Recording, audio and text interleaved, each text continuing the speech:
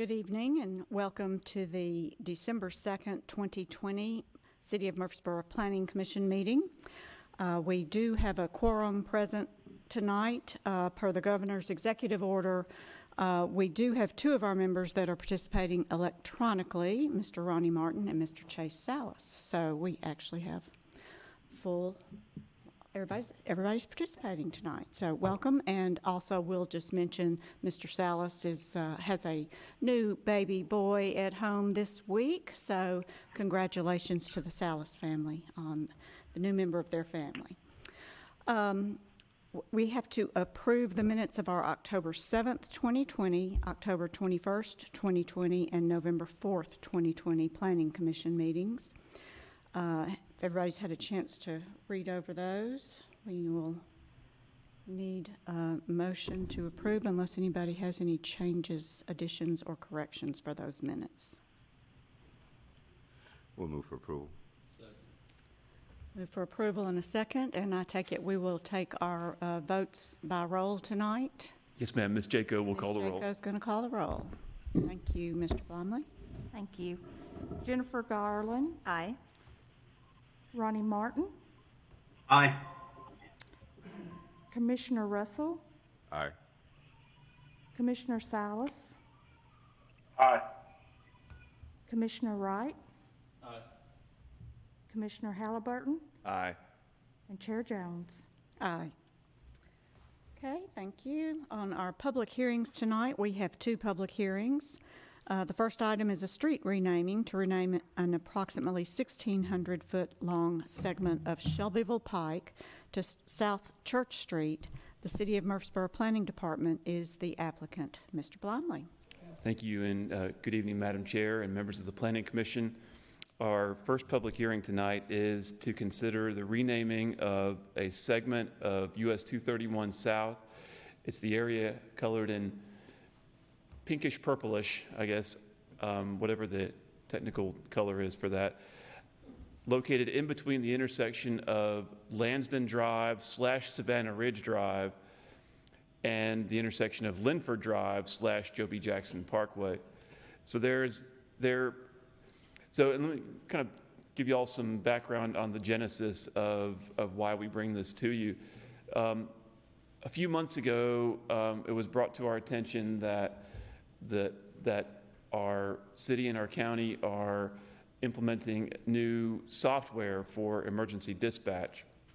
One of the issues that was raised during the discussions on this was our major arterials, our corridors going in and out of Murfreesboro, and how there is some confusion when the street name that's more generally associated with the city changes to the street name that's more generally associated with the county.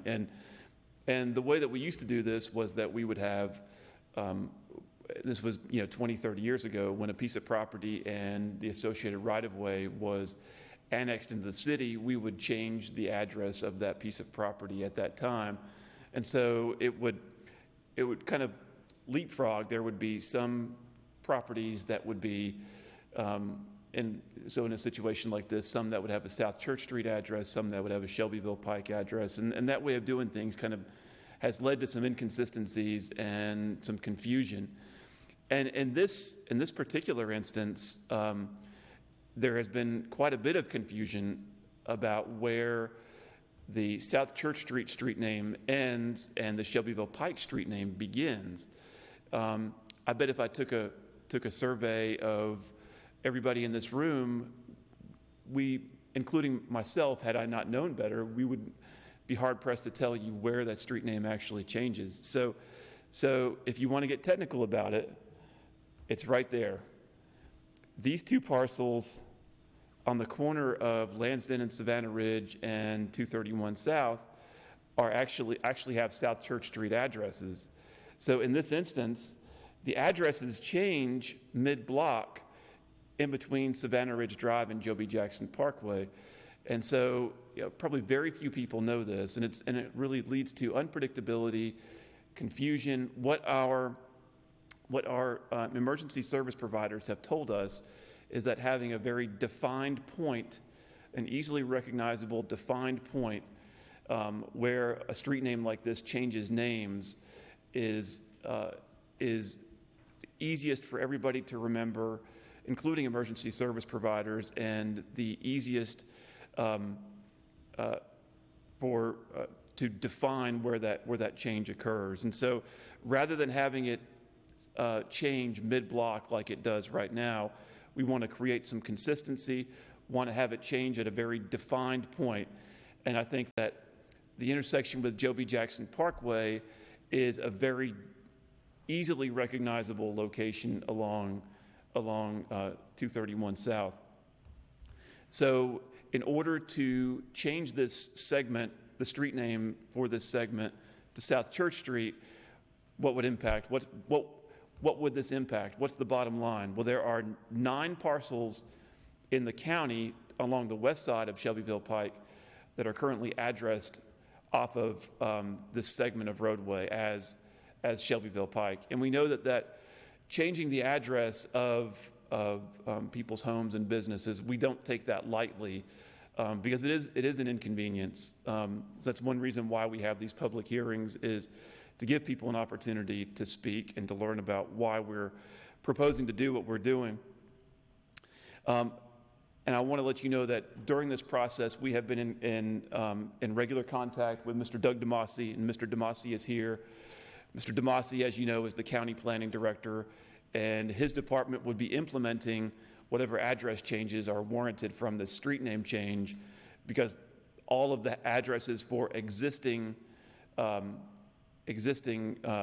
structures along this segment are actually in the unincorporated county. The only addresses that are in the city limits that would be affected are for the marketplace at Savannah Ridge, which is on this parcel, and those are addresses that have been assigned to a proposed development, a development that hasn't started yet. Those addresses would be very easy to change by the city because nothing is there for it to impact. Included in your agenda materials is a letter from the Rutherford County Emergency Communications District, Cassie Lowry, who is the Assistant Director of RCECD, in support of this request. And as I mentioned, we do not take street renaming lightly because of the inconvenience that it carries with it. You'll recall back in early 2019, the Planning Commission approved a policy basically saying that street renamings shall be reserved for instances that are in that promote the public health, safety, and welfare. And examples of those are when it's needed to help reduce confusion for emergency service providers. So we feel that this particular instance is consistent with the policy that the Planning Commission adopted a little bit less than 2 years ago. Mr. DeMasi is here, and he can answer any questions that you may have about the implementation of the address changes. One thing that, whenever we have an address or a proposed street name change, what we ask is that if you approve it, that you give staff the latitude to determine an appropriate implementation date. So, for example, if you approve this tonight, we wouldn't want to disrupt people's lives during this very busy holiday season. We would probably delay the implementation to sometime after the start of the new year. So with that being said, I'll be happy to answer any questions. There is nothing in our ordinances that require a public hearing. However, it's been customary for us to conduct a public hearing whenever we have a proposed street name change in front of you. I'll be happy to answer any questions. If you have any questions for Mr. DeMasi, he's here as well. We appreciate him being here, taking up his time to be here. Any questions for Mr. Blomley? Sure. This is strictly for EMS purposes. There are some city properties south of Joe B. Jackson. Will there still be some EMS communication issues going to those southern properties because they're still going to have Shelbyville Pike addresses? No, there won't, because instead of the street names being associated with whether it's in the city or the county, it will be associated with a defined point at which it changes. And it's a very similar situation along Franklin Road, Old Fort Parkway. What we've done over the years, and this has been just really for Franklin Road, has been more just with how we've addressed new developments. We've created a defined point at Gresham Lane where the street name changes from Old Fort Parkway to Franklin Road. And in that particular instance, to my knowledge, we haven't had any issues with emergency services. Great, thank you. Sure.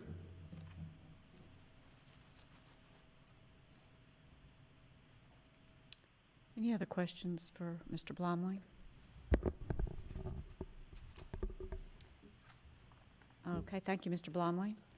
And we will open the public hearing and ask anybody to come forward that would like to speak. And certainly, Mr. Demasi, you've made the, I should have invited you to speak before we open the public hearing. I apologize. But we would love to hear from you since you've made the, fit us into your time schedule this evening. Well, I appreciate the opportunity to come and speak to you tonight. Mr. Blomley summarized everything very well. We appreciate him reaching out to us and coordinating this. As far as we're concerned, you know, as Matthew stated, as soon as an effective date is agreed upon, our office at that point will start our notification procedures to change the addresses for those 9 properties that are involved. So with that, I'll be happy to answer any questions from the county standpoint. But again, I just want to thank Matthew and the rest of the planning engineering staff for help coordinate this. Thank you, Mr. Demasi. Appreciate it. And thanks again for coming down tonight.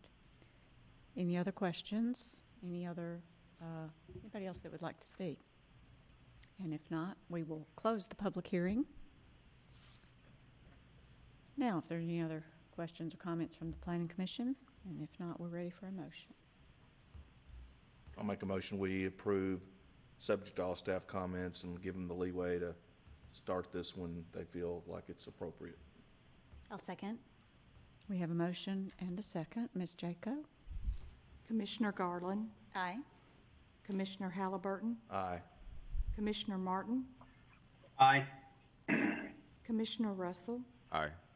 Commissioner Silas, Aye. and Commissioner Wright. Aye.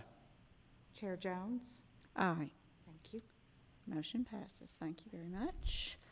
Our next public hearing is the proposed amendments to the zoning ordinance to Section 30, Board of Zoning Appeals, regarding the compensation of Board of Zoning Appeals members.